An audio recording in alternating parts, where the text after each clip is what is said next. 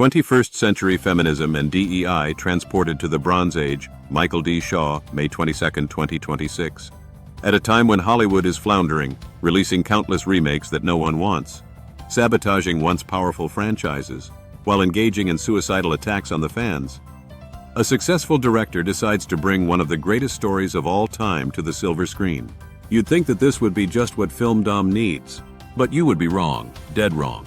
The poem, composed between 725 to 675 BC, tells the story of Odysseus, king of Ithaca, who wanders for 10 years, trying to return home after the Trojan War, itself of 10 years' duration.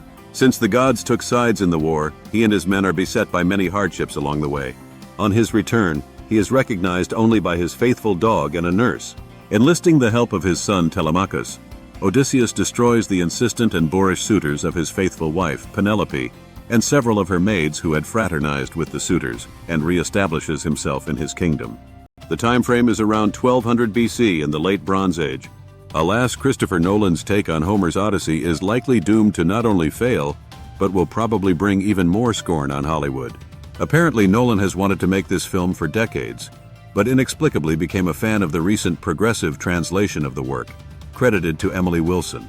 Wilson is by no means the first woman to translate the Odyssey, but she is credited as the first to put it into poetic form.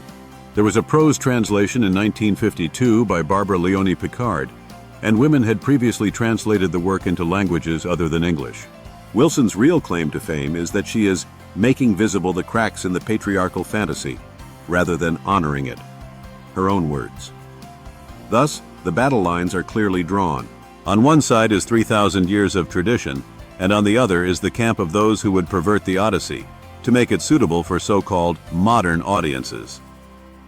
Never mind that the original work contains several strong female characters, including Athena, Calypso, Circe, and of course Penelope, Odysseus's faithful, strong, smart, and long-suffering wife. Classicist Richard Whittaker offers a blistering criticism of Wilson's translation. Here are some key points. The two great novelties of Wilson's Odyssey are the way she represents a group of characters that we might term underdogs, notably the Cyclops and the suitors and their allies, in a sympathetic light, while representing Odysseus as, on balance, reprehensible. The big problem, however, with Wilson's heterodox approach to the characters of the Odyssey is that she can sustain it only by distorting and misrepresenting what the Greek text says. Evidently, in Wilson's fantasy world, Polyphemus the Cyclops is a sort of prelapsarian pastoralist, more sinned against by a devious, violent, proto-colonizing Odysseus than sinning.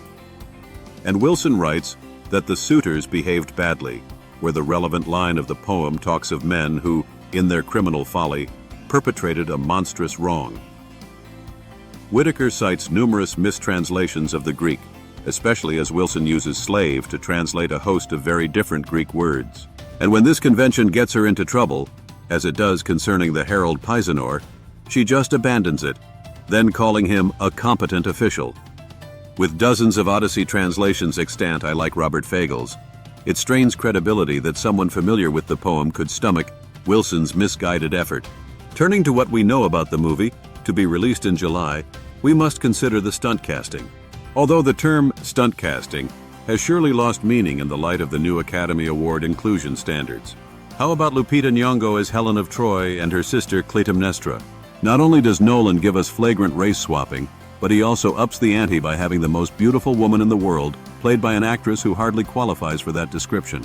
Online commentators have referred to her as Helen of Detroit. Rapper Travis Scott is set to play a bard, possibly Demodocus, presumably because the oral tradition of Homer is just like rap or something. Clueless defenders of these casting choices will no doubt point to Black Athena, the Afro-Asiatic roots of classical civilization, the widely discredited book by Martin Bernal. And then there's Elliot Page, rumored to be playing Achilles, the greatest Greek warrior of all time, visited in the underworld by Odysseus. With absolutely unbeatable source material and a budget reported to be $250 million, Nolan had the opportunity to make a billion-dollar film, yet he chose to bury it in DEI, while coveting awards and adulation by his peers. On the positive side, the Odyssey will be introduced, such as it is, to a new audience, and the story is just so good that it might not be undone by its telling. Nonetheless, the cultural vandalism is undeniable. Thanks for reading Mike's Point of View, mdspov.substack. Subscribe for free to receive new posts and support my work.